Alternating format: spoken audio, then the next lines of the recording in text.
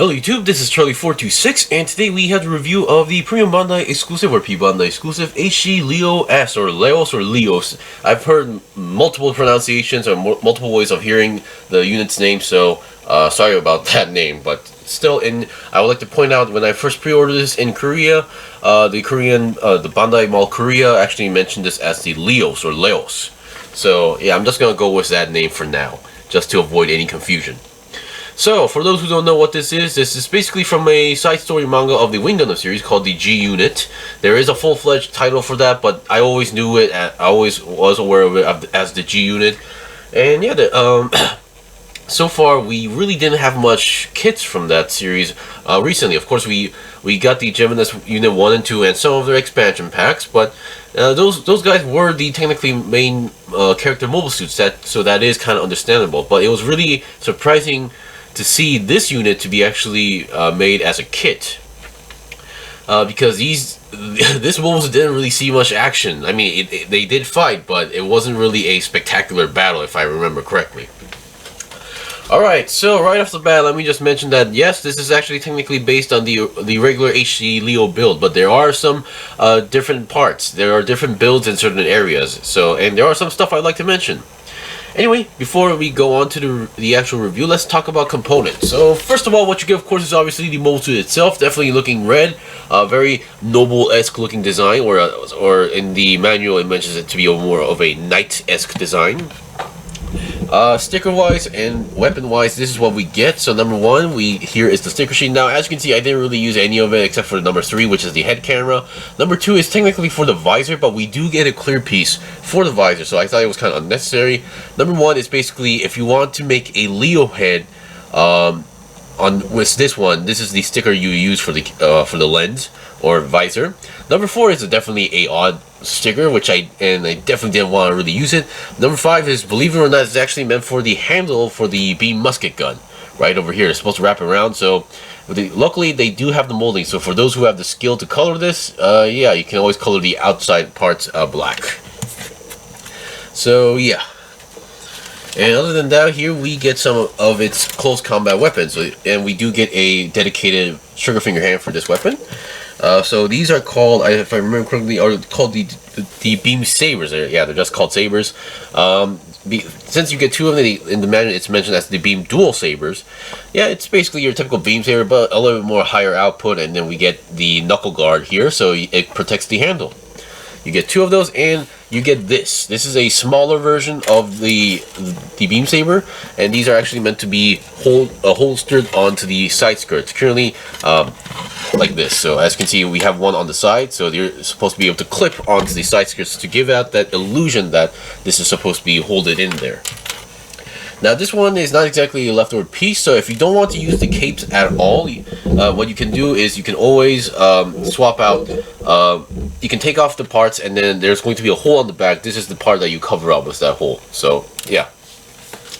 And now, being a Premium Bandai kit, there's always leftover parts, or most of the time. So number 1, here are some parts that I cut off. So these are mostly repeats, and the front skirts, yeah, this is a repeat. There's no difference here. And then we have a very familiar looking back skirt. And after building this, I'm starting to think maybe we're getting close to an HG tallgeese, whether it's Premium Bandai or not. But still, I would love to see a HG tallgeese, because personally, I'm not a big fan of real grades. Alright, and here are some parts. So number 1 here is the parts. I believe this is actually from the Leo plate. So here we have some joints, the original shoulder parts, some feet parts, and yeah. So the rest of the joints are pretty much the same as the kit. The joints are pretty much the same as the Leo, so which is why we pretty much use those parts. Oh, sorry about that. And then here we have some another whole plate of Leo parts. So for some reason you bought this and you just don't want to make the Leos, and you just want to make a red Leo, I would say that is technically possible to some degree, I guess. So yeah, it would be definitely an odd choice, but if you want to, you can always do that. And here we have another repeat part. So for some reason they do give you like 2 sets of the same plate. Yeah, I mean, it was definitely an odd choice, but still we actually get the original shoulder piece, the chest piece. We don't get the inside part, and we get some of the rest of the head pieces as well. and we have the handle part, we have the head fin part, and here, so basically, for those, some people were asking on my pictures where this part is it a separate piece or not. So here is the way how the chest is designed, and this is the part you put inside there. So yes, the gold parts on the chest are color separated pieces. A lot of people were kind of worried about that part being a sticker or not. Luckily, it's not. Alright, so we've seen the leftover parts. Let me just get it out of the stand, or rotating stand. Let's get on to review. Now, these capes are not exactly meant for the show. These are actually used as shields. So these are called the diffuser cloak. They're supposed to be able to block off beam weapons. Of course, it's not exactly effective against like close combat weapons like beam sabers. So yeah. Now, I would like to point out that after you apply all the capes here, it is kind of, the balance of the kit is kind of going to be a little bit odd. It's not going to fall by itself, but it seems like there's like the capes are slightly longer than the actual leg lengths, which is why it's pretty much the cape that's holding the kit at this point. And the feet are barely touching the ground here, so you can see it is touching the ground, but on the it's just barely. So for now, for the articulation, I'm going to take off the cape. So the way how the capes are connected here, there are 3 cape parts, so each on the shoulder part. So you can see there is a joint here. All you need to do is just wiggle it out, and yeah, you can disconnect the peg like that. That's 1 cape. So you do the same thing onto the other arm, and then you pull out the one on the back. Now the back one does connect in a little bit tightly, so do be careful. So I'm just going to wiggle it out for now. There we go. And as you can see, we have a hole there, so you can plug it in with this part. Now, based on my past experience, all the Leo kits I had always had this part very loose, but this one, not the case. I'm actually starting to worry if I can take that out now. Alright, so now let's get on to the review. Now, I'm not going to bring out a HG Leo because I don't think it's really necessary, and at this point, everybody should know how the kit works, or most of you. Alright, so let's see what we got. So, definitely I do like the red color scheme, and I do like the overall new head design. So the way how the head works is that, you, according to the manual, you actually have 2 options. You can make this head in general, or first of all, the way how the head design is, you can actually take off the helmet part like this. This is the inside part. So you actually have a choice to make this part of the inside head, or you can make a typical Leo style head and then slap on this this helmet. Now keep in mind the visor is on the inside, so the helmet does not hold the visor. So if you make the Leo head, you're going to have a Leo style visor on the inside here. So keep that in mind. So, but they did a pretty good job on the design. I actually really like the way how this works. And as I mentioned, they give you a sticker for the visor, but as you just saw, the visor is a clear green piece, so I don't think it's really necessary. But they do give you a head camera for here, so that's I did apply. So they did a really good job on the head color separation here. So the gray, red, this I'm gonna go with pink color. They're all color separated pieces, and I was really surprised to see this. So yeah. So the head, some people were saying that the head now this one actually has head articulation. I'm gonna say yes and also no, but I will admit this does slightly move better than the HG Leo, so you can go side to side. I think if you force it, you could technically go 360, but forcing is never the best option. It can go down that much, and then up. Oops, yeah, up not so much. All right. And the body does actually have a different build here. So the body, there's actually a ab crunch joint here on the middle, or technically on the peg. The peg inside here actually has a articulated joint here. So you actually do have a forward and backward movement here, which I believe there was no such thing on the Leo. So just to point out, the Leo-S is basically a very souped up Leo, so it actually has much more better specs than the typical Leo, so it can't go more powerful than this Leo, as far as I know. Of course, there is the tallgeese, so I'm kind of curious which would be much more powerful, but yeah, that's just a different story. So we do have this extra articulation, which is very nice. We do have side-to-side movement, and 360 twist is not possible because the side skirts and back skirts are blocking the way. And as I mentioned, these gold parts are they're all color separated pieces.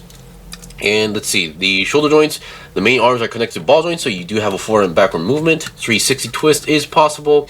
Now keep in mind, moving this kit is much easier without the cape. I would like to point that if you do have the capes, there are going to be certain parts that are going to collide unless you move the capes out of the way. So just to point out, if you have the cape, oops, wrong one. So if you have the capes here, for example, like I'm not sure if this is the right section, but let's say if you have it right over here, you are able to move the cape outside like this to the side, so which would that does prevent from you colliding with other parts of the cape. So yeah, they did put that in consideration. I would like to point that out. And each of these parts are individually articulated, and the way how you build it is pretty interesting. They give you like a whole plate of this that only has this, and you're supposed to, before cutting them off, you actually put them onto a certain piece, and then you put this top piece, and then you cut it off. So the sequence for that was kind of interesting. But other than that, the arms, you have a 360 twist on the lower arm. The bend is still your typical same articulated bend as the Leo. And yes, this does use a C-type clip. I know some people don't like this, but it really depends on your taste, I guess. I know in the long run, this clip or this joint will get loose. And then hands are your typical ball jointed hands.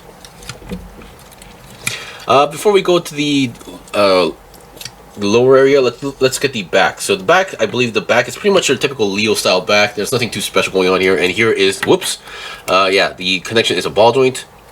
The arms can go to the side. I forgot to mention that. So yeah, but if you want to go to the side, make sure that you don't collide with these parts, and then you can actually move the entire arm joint, so you can go to the side almost 90 degrees like that. And here is that, you know, smaller version of the beam saber. This is the way how you clip it on there. I'm going to take it out for now because it is getting in the way slightly. And then let's get the waist section. The waist section is definitely a different design here because obviously we have a different back skirt design, a very familiar back skirt looking design if you know what I mean.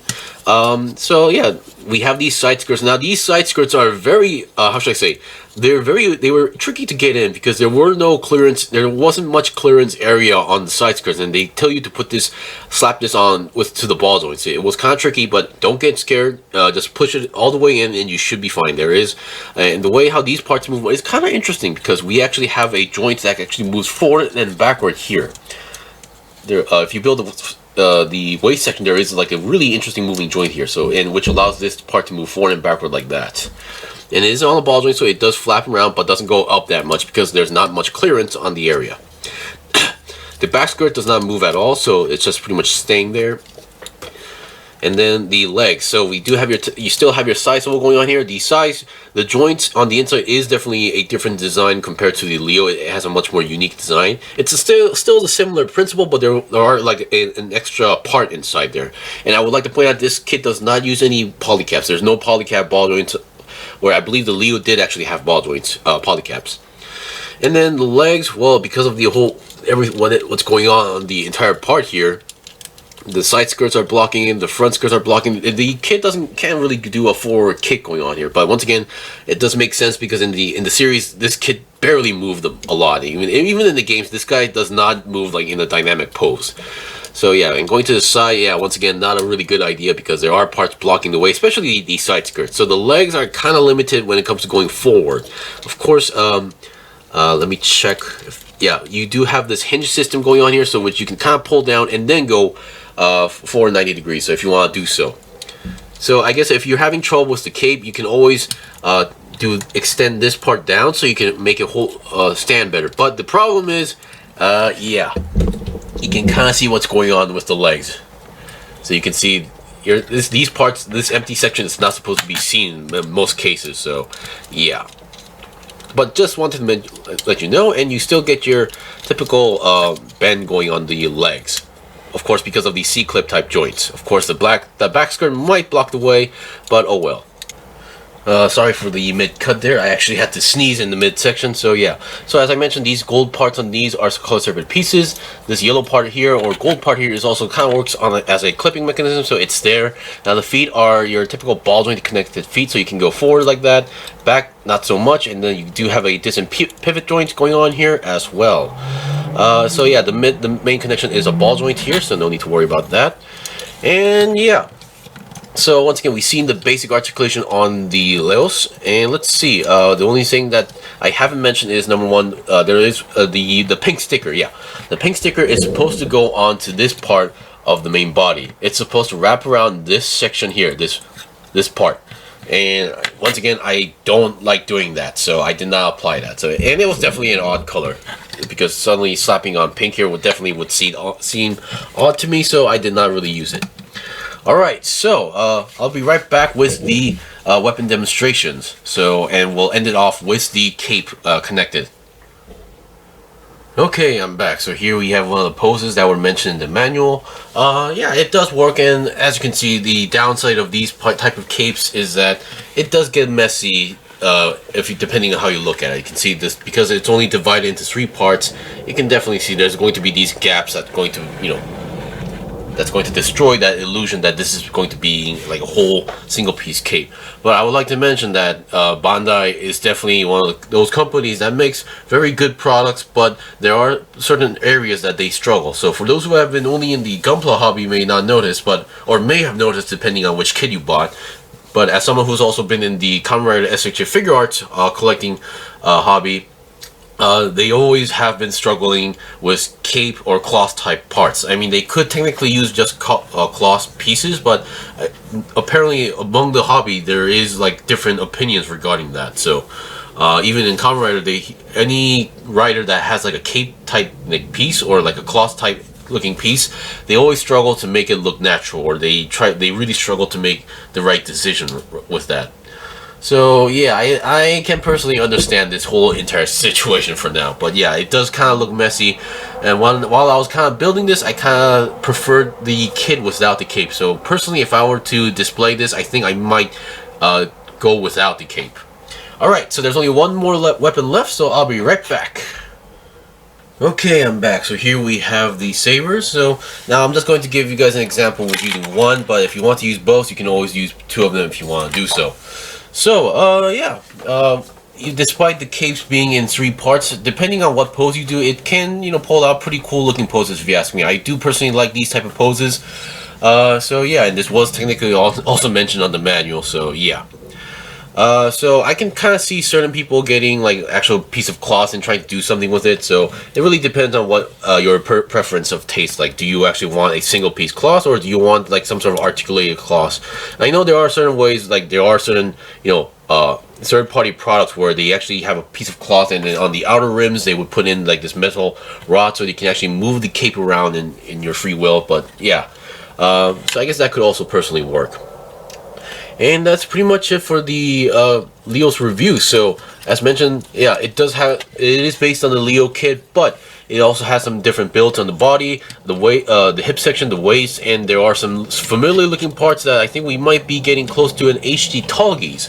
As mentioned, the capes do move. You can move it side to side, and the back one does flap up a lot, actually, a lot. So yeah, do as you will with this kit. Anyway, that's pretty much it for the review. This was the review of the HG Leo. So if you guys got any questions or requests, leave a comment below. I still have more stuff to buy and build and make reviews out, so please stay tuned. Until then, see you guys next time.